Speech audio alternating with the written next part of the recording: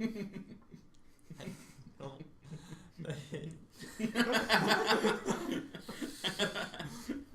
I want to poke it. I just want to poke the Adam's apple. Oh, get away! Oh my!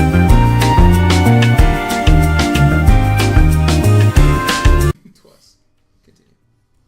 This week on Couch Time, we are going to be talking about game hype, especially with games like Destiny and Shadow of Mordor. Lots of these games that people have been super excited about lately, and perhaps a little disappointed when they come out that they were not what they thought they were originally going to be. So that's what we're going to be talking about this week, sort of how gaming journalism contributes to that and how people always expect to see games catered to them. So anyone want to open up this topic? I'm going to start out by saying Shadow of Mordor is awesome. There actually wasn't that much hype over Shadow of Mordor in my opinion. Like, everybody knew about it, but it wasn't like, oh my gosh, Shadow of Mordor's coming out. Ah! Which is kind of interesting if you think about it. It's like, maybe that was... I always try to... it? Yeah, did it Yeah, help? I Did think- it help? I think it did. Yes, Because I think I so. wasn't excited for it. Like, I must say I was mean, extremely excited for really? it, like a little Like- fangirl. when I saw videos of it, I was So like, did you this dress is up in a really tutu? cool. Or dress up as an orc in a tutu? Maybe. Alright. Sorry, go. This is really cool. But overall, I was like, I was actually more hyped for Destiny, and I think I kind of, I don't know. I think Destiny lived up to my hype, but I gotta say, with FPS not being particularly my thing all the time, I was not that hyped for Destiny, and so I was just pleasantly surprised at how good it feels. yeah. It's like, It this does. feels nice, it looks nice, it sounds nice. The sounds in that game are beautiful. Awesome. When I actually first heard about Destiny, super hyped the whole time until like a month before it came out. Then I was just like, I am sick of hearing about this game. Alright, it's gonna come out and it's gonna be awesome and I'm gonna love it, but I am so freaking sick of hearing about it. Bungie would post the same picture of the same concept art in like twice a day. Well, and I was done So with hearing, annoying. it's just Borderlands. The game is Borderlands. It's Well, just like Borderlands. Here That's all I was heard. the three main things I heard from the fans. It was, this game is gonna be awesome. I can't wait to be a warlock hunter or titan. Or this game's just like Borderlands. I don't want it. Or bring it to PC. Like, and it was always like that. It was always, it's not on PC. Screw you guys. You don't care about the gamers. Yeah. We are the PC master race that only plays little indie games like Braid on our GTX 980s. Woo! Buys $1,500 computer, plays $10 game. That's the- Or CS Source. Someone give us a meme of that. I want to see a meme. Can you post images in the comments? No. You Link can post us one. links to That it. is another thing they need to improve with you. Oh, actually, maybe that'd be bad. Yeah, don't do that. Yeah, don't do that. That would be bad. Don't That's do that, bad. Google. No. We're not suggesting they allow images in the comments, but send us a link. Google, here's an idea. Don't do anything to YouTube. Sell it to Amazon. Why Amazon? Because Amazon's buying everything right now. They're just like, hey, buy some sandals while you're on YouTube. Awesome! I always wanted sandals. Buy some Crocs while you're at it. We got way I mean, off I get- topic really quickly. I mean, I get ads there Yeah, all we the do. time anyways. Oh, man. Yeah, I mean, I think it was wise for Shadow of Mordor. No one was like super shocked at anything when it came out. They were like, this is just an all-around good game. Every review, 9 out of 10, you know. And then there was IGN, 9.3 out of 10. Groundbreaking. Done. Yeah, what's interesting for me is Shadow of Mordor is made by Monolith. They also made what is it? Guardians of Middle Earth, which is the MOBA that was on console first and then went Shameful. to PC. Which is really interesting because I'm like they obviously really do care about the Lord of the Rings and just the Middle Earth lore, whatever, everything Tolkien had made in that universe. So I really enjoy their passion for it. That I think that speaks more volumes to me, even if Guardians of Middle Earth wasn't that great.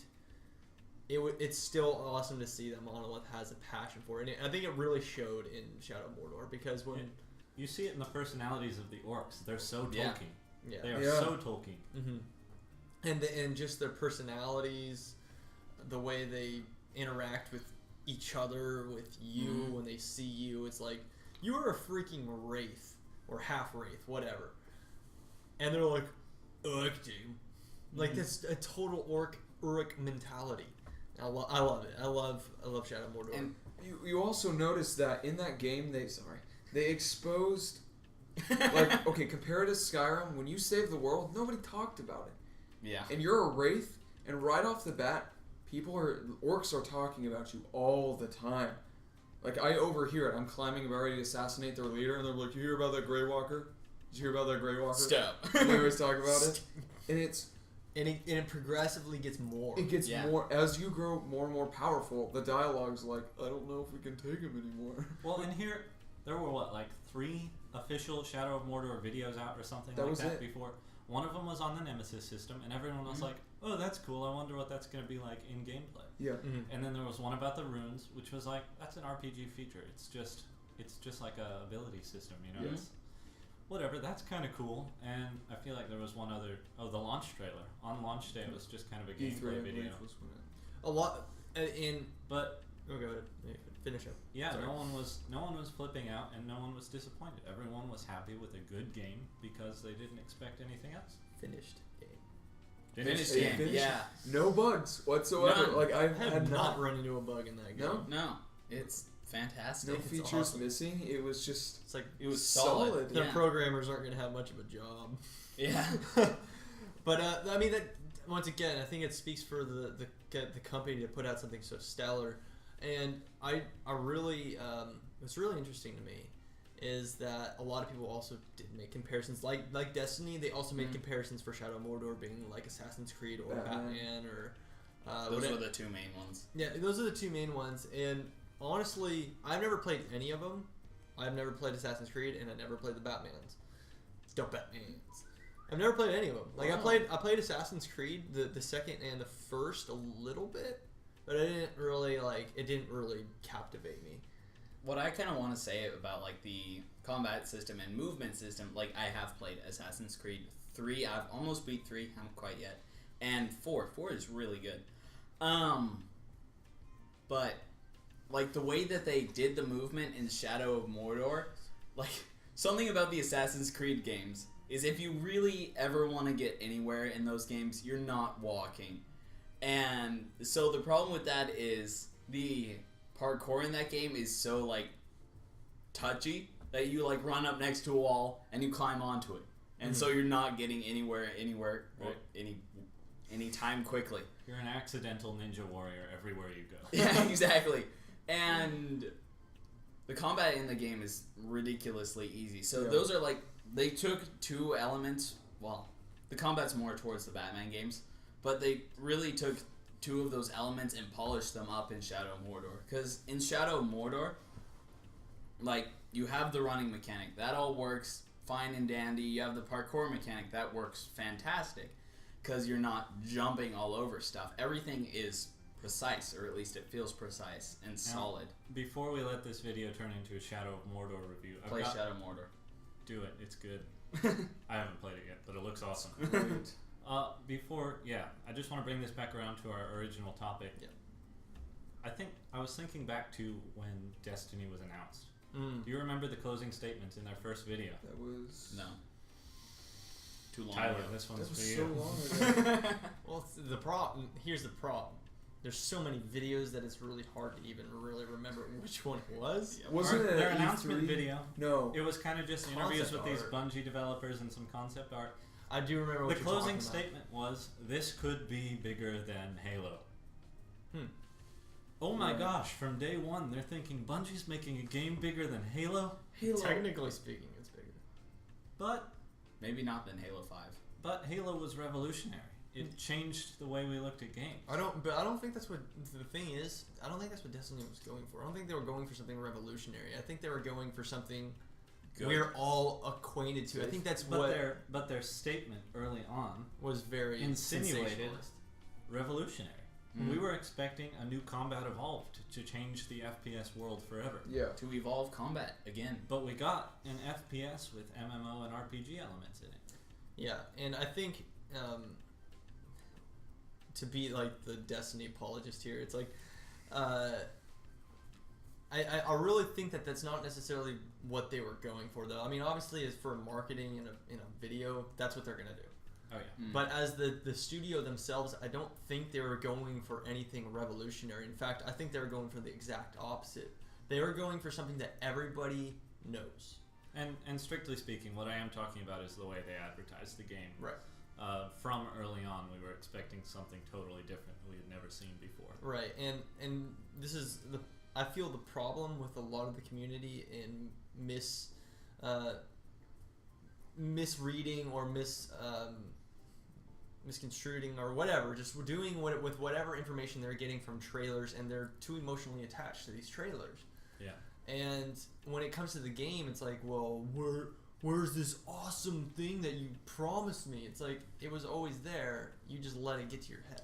Oh yeah. And like, I love it. Well, I don't love it, but when people like put out cinematic game trailers for their game, to where they do all of these cool moves and stuff like that, and then you play the game and you're just like, I'm pressing a button and watching an animation, a very long animation. Right. Like, it looks so cool in a video, but when you're playing a cinematic game, it doesn't really feel cool. Like, it still looks cool, but it takes so long to really It's all do about anything. live actions, guys. Well, let's take a look at the sort of the psychological reasoning here. Everyone has these like presuppositions about the type of game that it's going to be, without having been there through the development process. They didn't sit down at the table where they first had the idea and someone said, "This feature could be really cool. Let's implement it." So they weren't in that conversation. They only came in once there was a cinematic trailer, and all of a sudden they've got this idea of what the game could be. Mm-hmm.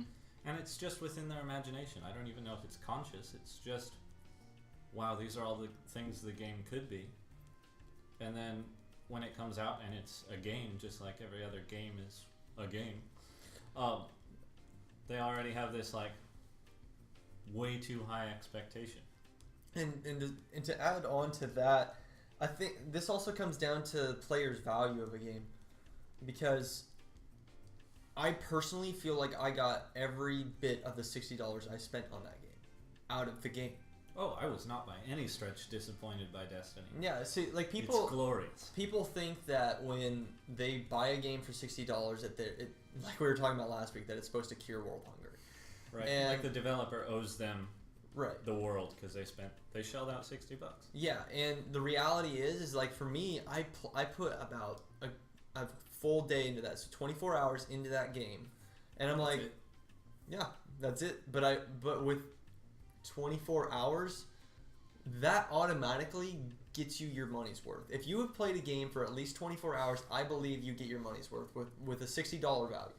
Yeah, you buy a theme park ticket for more than that or that much 6 to hours. spend 6 hours in the park. Then I should be getting money back from Warband by now. Yeah, seriously, $10, and I've spent over 355 hours in that. Yeah, seriously, give me my I money. checked it. I'm just My gonna- brother has spent 675 hours. Wow. How many days is that? What? How many days is that? I I'll do know. the math. Oh, that's Yeah, please. ridiculous. Come back to us on that. Call out Zane. Yeah, but I feel like ratio-wise, I feel like $60 should get you at least 24 hours of a game. If you're not putting that amount of time into that game, I think you might be able to debate why it didn't live up to the $60 value. But like Shadow of Mordor, I don't need to play a day of that game to know that it will probably take me a good 24 hours to finish, and it will be well worth my $60. And in fact, I paid $50. So If you started playing now and played for 675 hours, you would not emerge from your cave until 28 days later. Oh my gosh. that means you put more into Oblivion. I have put more into Oblivion. I've put 30 days about. Wow. So, but that was when I was a junior higher and I had nothing better to do. Like, I'd go home and play Oblivion. That was my life. Yeah, you wouldn't really expect anything else of a junior. I've probably played almost that much on Halo Combat Evolved, though. If we're all being honest here. Either Halo Combat Evolved. Really? Yeah, either that one or Halo 3. Because I played the living daylights out of Halo Combat Evolved. I don't want to own up how many Super Smash Brothers hours I've probably racked up over the years. Well, remember That how too. many hours you needed to unlock Mewtwo? 50. You needed 50 hours of continuous play to unlock Mewtwo. We just left our game. Yeah, chip same on. here. I think everybody did that. But then you're like getting Mewtwo, and you're like, oh man. Right, you wake up first thing the next morning, and before you eat breakfast, you go fight Mewtwo and unlock him. Then you go to school, But just wanting to play Mewtwo all day. to come back to the hype, and just talking about games in general, I feel people need to just stop getting so emotionally attached to trailers. It's Yeah. frustrating. I even do it occasionally. I see a trailer, I'm like, oh my gosh, I'm so excited. But if you're watching this, when you see a trailer, that is for them to get you interested into their game. That is not in every video they put, this is not a representation of the final product. That is always in a video. Because that's the truth of it. You can't let yourself get so emotionally attached to these animations or whatever live action things. Halo had some great trailers, and I liked the trailers not because I knew that they promised the game, but because from a cinematic point, they were great trailers. Absolutely. Like they emotionally tugged at me. Assassin's Creed Unity was a great trailer, Yeah. but it didn't make the game look like anything but an Assassin's Creed game. The gameplay trailer is what sprung my interest. Along with like not getting emotionally attached, though, that's not saying don't get excited. No. It's always a good thing to be excited about a game. Just don't expect it to cure world hunger. Right. Well, and don't forget that aside from the people up in corporate who are commissioning these games so that they can make money, there are tons of developers that were super excited to work on it. Even from companies like EA and everything, people are attached to these games they're creating, and they're not making it for you. They're making it for them. It's something that they want to be a part of. Sorry. Yeah. You know, so Unless it's So- EA, then they're making it for money. well, even can you imagine like character modelers and coders at EA thinking this game is going to make so much money, or Well, they're thinking this is really cool what I'm doing right now. you But know? there's also Yeah. probably some of them that are like, why Garden are they Warfare. doing this? But you see the even in COD games, you see the excitement on the developers' faces when they do a gameplay I think that's gameplay genuine. trailer. Oh, And they're yeah. always like, dude, check out what we're doing. This is really cool. And then everybody's like, it's the same. There's and all also of it starts with that. Go ahead. Sorry. I was gonna say there's also like even if it is the same game every time, there's that pride aspect of I helped create the game that has sold millions of copies and made lots of money. I was part of that. Right. Like that's always cool too.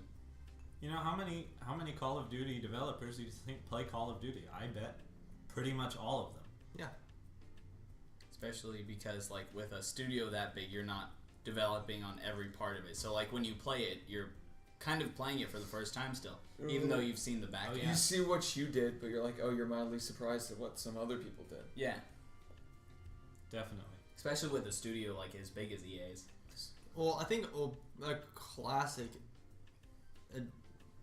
a classic idea of what that kind of looks like as far as development passion is Garden Warfare. As much as I don't know how many of you have actually played Garden Warfare, that game's a lot of fun. It looks And fun. and honestly, the art style, the mechanics, everything in that game is just solid. Like absolutely solid. Like when I played it, I was really surprised. I was like, this is a gem from EA. Now, granted, it has microtransactions and stuff like that along that nature, and I really wish it didn't. But that's EA's corporate side for you, coming into a just awesome game. Like I played that game for a couple hours for the EA Access or whatever it is, the like the on the house system that they have, and I was This is just cool. it was so good. I was like, I actually want to spend $40 for this game. Well, and once again, you know, you don't think the guy that 3D modeled that combatant Sunflower was thinking, let's add microtransactions and make tons of money. He was thinking, I'm making an awesome game. And- or I'm making a game that everyone's going to play. And to put it in perspective, people who are working on those games apply for those jobs. They want to be there, and they're not making a game to make money. Now, they're in the game industry because they love doing it as a living, and that's what actually gets them money. But I don't think they're sitting there, like you're saying, in a studio and like, man, these textures are gonna make the company so much money, man. No. As I understand it, roughly 90% of people in that field are making less than median income in America. I could be wrong on that. If I misquoted programmers. statistics, No, programmers. no, programmers are sitting pretty. Why is that? I mean, you look at character modelers. I guess it's like 'Cause last they I create looked, the game something like music. 45 grand a year when the median income is 51, something like that. So these people are really not in it just Don't for the fact money. check us. You gotta like to do it. No, they're making more than most. I would say most people who are having like regular jobs or I don't know. But You either just way, threw your phone. I just threw my phone. I'm gonna eat some bread. I could have silenced it, I guess. That would just have threw worked. your That phone was way more dramatic. over to and there way more appropriate. next to that broken string guitar. Good job for breaking the string Sorry. by Downs. But anyway, about hype. About hype, it's not. Developers aren't like, we're gonna promise you the world. They're just really excited about what they're making. And through that excitement, a lot of people get a misunderstanding. Yeah. And they're like, and they see the excitement on the developers' faces, and they're like, well, I want to get that excited. And they get excited, but they believe this almost this false promise that that they will instantly want to pour 500 hours into this game. Right, they're expecting. I hate to make this comparison, I really do. Don't shun me. Shun. No, I'm not saying League. Oh, good. It actually doesn't have to do with movies, but it's not a very manly analogy. I'm just warning you. Is it the Daisy game where you can pick flowers? And It's a movie? It's about a movie? It's movies. Okay. All right. So Pride and Prejudice. yeah, people who watch tons of chick flicks have this like super warped idea of what relationships look like. Yeah, they do. But this is like this artistic depiction of what people feel like in that situation. Now, the case is the same with developers who are really excited about making all this cool stuff. Do you think the animators who make those trailers are just like, I've got to make a trailer? Or do you think they see the final product for that Assassin's Creed Unity trailer and are like, this looks awesome? Yeah. You know, I think that's much more the case, that they do all this crazy stuff. It's not because they want to give you false perceptions. It's because they can do all this crazy stuff and it's gonna look awesome. Yeah. There's That your is phone. ridiculous. All right, I gotta go silence this. Yeah, and like with the thing of hype, I think Cyrus already kind of talked about it, but like the developers of the game aren't making the game like for you necessarily. They're making the game because they want to make the game and they want to like be a part of making the game and they want to play the game. They're making the game for them, unless it's commissioned. Yeah. But then still, they're If nobody Making a in the world game wanted that- to make games, the industry would die. And it's like, when you're making something that you want to make, you're gonna have fans of that. It's like the music industry, it's like the movie industry, and I want to use the music industry as actually a primary example of this. Is because when you have an artist, when they're in the studio, I don't think when they're, writing a riff on their guitar or anything, I don't think they're even thinking about, ooh, my fans will love this sweet lick. Right? This is gonna top iTunes for 2 weeks. unless they're sleeping with sirens.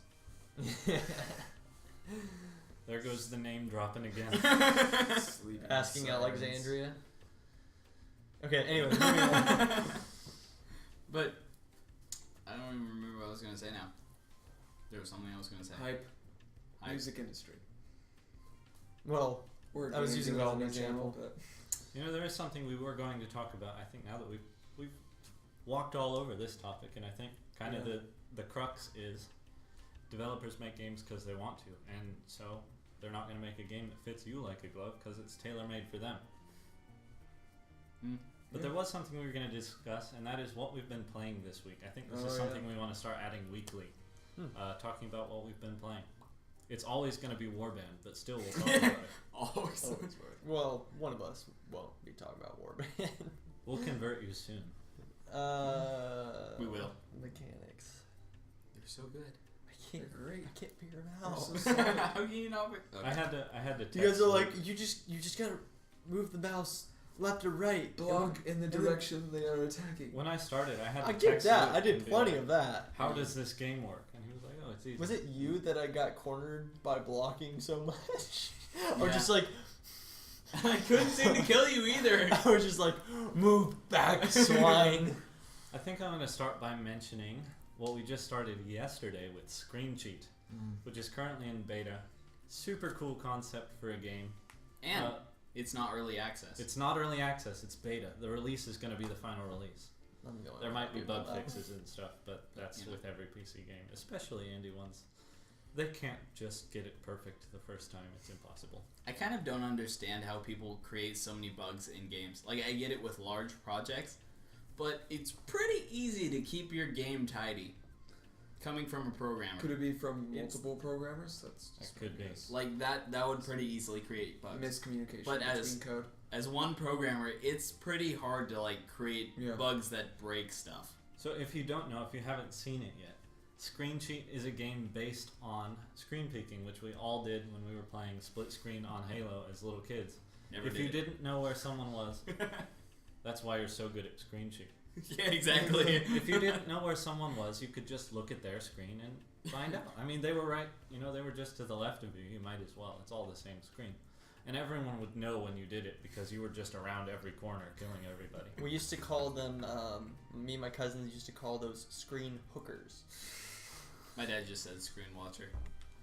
So at any rate, this game, Screen Cheat, is a split-screen multiplayer game on PC. It's even split-screen when you're online, so when you're online with other players. Your screen is divided like this. But the point is exactly that. You need to look at the other players' screens to find out where they are because their character models are invisible. And the only time you can actually see them is when they shoot, and then you just see sort of muzzle flash. But aside from the super interesting mechanic, one of the coolest aspects, or most hilarious, because LAN games and party games should be hilarious in some respect, is the random death announcements. So when you kill somebody, it doesn't just say, you killed so-and-so. There's this entire list of these ridiculous statements. Like you swagged. Insert name here. You swagged so-and-so. You cheesecaked That's my favorite. so-and-so. You got Santorum. Yeah. Right. You Kanye West. Who's the developer behind this? Samurai Punk? Alright, Samurai Punk, if you're watching this, which is be a miracle if you are, You're the I best. don't know, this is an unconfirmed bug, but the Linux version doesn't seem to be working. So, He's the only Linux guy here, though. So I'm new to Linux, but No, you're a Penguin fan. I am kind of unofficially reporting this because I was trying to join his server and I just literally couldn't. Can Linux join Windows service? Well, servers are usually based on Linux, so obviously Yes. Windows can join Linux servers, so I don't think why. I think it's a bug with the Linux version. I'm not sure. Could be. Like I said, unofficial announcement because I haven't really looked at troubleshooting it We yet. had hours of good fun with it the other night, though. It was awesome. Anyways, Cyrus. Yo. Game you've been playing. that was it. Also Gang Beasts, but someone else can talk about that one. And always Warband. And I Always picked up Warband. Risk of Rain, and oh my goodness, Humble Bundles. I've been playing games I never even cared to purchase, and I've been playing them. You want to do Gang Beasts or Shadow of Mordor? What? I'll do Shadow of Mordor. Dang it. Okay, I'll do Okay, Gang I'll Beasts. do Game We spent Beasts. enough We time can- on we Shadow of Yeah, Mordor. that's true. That's true. But we've all been playing it, so. Not me. Tyler. He doesn't play games. He hates No, games. okay, well, I don't see any problem with you copying me. I have been playing Shadow of Mordor, but to move on from that, I've also been playing Destiny. I think I even played a little bit of Halo 2 this week. I play Halo 2 on PC, which is a lot of fun. Other than screen tearing, that's not fun. What else have we been playing? CS Source. Yeah, I played CS Source today. I haven't played it for like 3 months. I just recently got back into Skyrim as not a graphical look, but as like doing side missions and stuff like that. So I've been playing a little bit of Skyrim. Nice. Me, I've been playing Shadow of Mordor. You can do it. You can say it. 'Cause I've it's got awesome. another game. No, it's Outlands. I wasn't. I've been playing a lot of Warband. I got married and took another castle. That's why he got married. Yeah, exactly. for the castle. The castle. The castle conquering party went a little late. He doesn't even remember the wedding. It was a lovely service. Anyway. I don't even Was know. it my female character? No. She would have been hot. No. I actually was thinking about editing my character to just be like extremes of all of them. Like, just put the bar all the way to the The right. character Whoa. editing bar. So it's like nose, and it's like. Him and his warband wife weren't even Facebook friends. He just woke up with a ring and some Polaroid photos. Oh, oh my gosh. Anyways, I've also played a bit of Gang Beasts. What else have I played this week? I haven't actually played that much this week. I've been either away from home or working on Max. Yeah, that's about it. Shadow of Mordor, Warband, Gang Beasts, a bit of Screen Cheat. That's it. Let's see, Warband always. Shadow of Mordor. Been burning a lot of hours on that, but not as much as my brother, obviously. He's already beat it. He's already beat the game. We should have him as a guest and ask Ooh. how the ending was. Little. Oh no! I want to beat it for myself. Side thought. Are you guys playing on controller or mouse and keyboard? Mouse and keyboard. Controller. I'll be getting it. Mastery. I'm kidding. I'm picking it up on 360 soon because I'm old school. I could And play because I with got a controller, free yeah. Xbox 360. I find the controls So I'll be really good. playing it with the controller. They're kind of odd with the keyboard. Like spacebar is sprint and shift is. And Yeah, it's- that weirded me out. I was like, It's like Gears of War. It started hurting my pinky because I was sneaking so much. I started So when I sneaking go shift- instead of like running. I just Yeah, like I would sneak do and that. run at the same time. I'd be like, time to all get the out time. of here, and then you just see me Sneak sneak in the away. middle of orcs and be like, and just So try to on get me out. on controller, it's A to sprint. So like Gears of War, it'll be right trigger to sneak, and then actually if you hit right trigger and A, you can fast sneak. Yeah, you can do that. Yeah, you can do Yeah, that. I know. I'm just saying like Keyboard's better. that's Fast Okay. is fast sneaking as fast as just walking? it's It's like a little faster. slower than sprinting, but it's faster than walking. Okay. By the way, that is Faster a than little bit of Why would annoyance you of mine in ever that walk? game. There's really nothing between sprinting and walking. Yeah, there is. There's a lot between sprinting and walking. No, but like just a Oh, you mean like a in ca- between? like a casual run. Oh, Oh no, yeah, there's no yeah, you're casual right. run. There's no real casual run in that game. I'm like, At least when Why? you're following characters when they're walking and talking to you, you can just let go and you'll follow them like in Yeah. Assassin's Creed. That's one thing I did like about Assassin's Creed is that you could do that while they're talking to you and you're just like, I'm gonna listen to you talk. Yeah. But the games I've been playing actually recently is Rome 2, Rome Total War so 2. are you getting back into that? Oh, Oh, yeah. wait, no, that's a new one, isn't it? Newer. It's not New, brand it's new. the newest. Yeah. They're actually gonna come out with a Genghis Khan one. You've been playing it modded, right? No. Which Well, one were you playing to a modded? certain extent, yeah, a little bit. I was been Medieval playing 2. Medieval 2 Oh, Medieval modded. 2. Okay. with the Lord of the Rings mod, It's the which is one a I great have. mod. But Rome 2 is a lot of fun. There was, speaking of hype, that game was overhyped to the max, and it has Yeah. a huge hate base. Yeah. And I don't know, I think it's kind of faded down. Hipsters. But you would just scroll down the comments, and every video posted by the developer was just hate. I feel like was Daisy Standalone a similar situation when it came out? No, a lot of I- people liked Daisy Standalone. Yeah, Like, okay. actually. Yeah, a lot of people. I feel like I heard primarily negative stuff about it personally. It was a buggy mess. It was a terrible buggy mess, It was but really buggy. people Okay. still liked it because Yeah, they actually liked it better Zombies. than the But- mod. Nice. We haven't. My game. Whenever I play a game, I have an immunity to bugs. I don't get bugs I do. ever in my games. Like I don't always. typically either. And people like complain about them all the time. Like I don't understand. Skyrim was the same thing when it first came out. Got Oh. it day one. I had no bugs. I try to break Oh. games, so See, yeah, I had no I bugs. unintentionally break games, and I find it funny when I can break it. Like The Forest, when that game when that first released, because I downloaded it off of my friend's library, and I found this area where you can get out of the map. I'm like, really? That was really easy. I didn't even have to try. See, I didn't even try. Like I don't try. I play the game. I don't try to break it. But I was like, I'm gonna walk over here. Rome 2 was really overhyped, and I loved it. I loved every aspect of it. It delivered, and I still play it now. And it's been over a year since it's come out. It came out last August. Wow. Yeah, and they just upgrade. Anyone who bought the original game just got upgraded to Emperor Edition for free. Awesome. And I was like, yeah, and so I got it, and it comes with a whole bunch of campaigns. It adds a lot more stuff to it, and so I'm like, I'm getting back into it, and it's fine. It's just a great game. You know what pisses me off? And this is gonna be like a minor rant. People who like hate on games, like Rome or whatever, like people who have like previously played older games and then the new one just sucks. Yeah, the new one sucks. And then later on, when the newer one of that one comes out, all those people start playing Rome 2. Yeah. No, great example of that is Gears of War.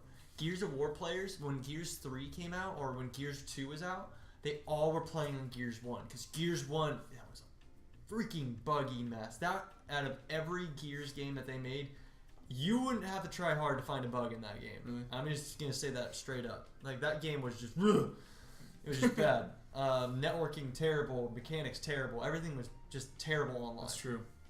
I remember playing that. Gears 2 came out very similar when it came out. Fixed a lot of things on the way out, on its way out towards Gears 3. Gears 3 is out. These people are just like, oh, I'm going back to Gears 1. I know the mechanics, even though it's buggy. I know the mechanics. And now that Gears 3 is kind of gone and forgotten about, all those people fled to Gears 3. It's like they're doing it purely because it's hyped at the time. Yeah. That's another thing. Game hipsters. Hype is not a bad thing. Hype is absolutely not a bad thing. You should get hyped for whatever game you personally are enjoying. But when it starts affecting how you how you treat other people who like that game and how you actually enjoy games, it's really dumb. Because then those people are gonna be like, "Oh, I'm gonna go back to Gears 1. Well, now I'm gonna play Gears 3 because it's not really famous anymore." And in reality, Gears 3 was the best Gears ever made as far as mechanics, fluidity, and just everything. Everything in that game is fluid. It becomes about as helpful as a gamer as the whole PC Master Race attitude. You know, you're hurting yourself because you're refusing to play games strictly for like games, arrogant reasons. You know. Yeah. I'm not gonna play this game because everybody else is playing it. That's like, for me, that's all the more reason to play a game. I can find games in a lobby. I won't have to struggle and wait like 10 hours before I actually get into a game. And it's like, everybody's enjoying them. I think a lot of people don't like hipsters for that exact same reason. Yeah. And if you play a game that's popular, the chances are, if you have friends that play games, they're playing it too. So you can talk about the game. Yeah. Like, that gives conversation opportunities, besides just being like, oh, I don't play that because it's popular. Yeah. I'm sorry. Minor rant. Done. I think we're probably about far enough in that we should be wrapping it. Yeah. But I want to talk about Shadow of Mordor more. next week's episode, Shadow of Mordor. Part 2, because that's really all this one was about. Whole 40-minute segment. So thank you guys for watching. Like and subscribe. Yep. Comment. Tell us what you think. Tell us you think Tyler was wrong. Just kidding. I was. Call it out. And, by the way, You're never wrong, Tyler. It's all good. I'm never wrong up here, but you know. if you really want to play the game that you're most hyped for, and it doesn't seem to like come out ever, and no one really fulfills that, Half-Life 3. Sorry.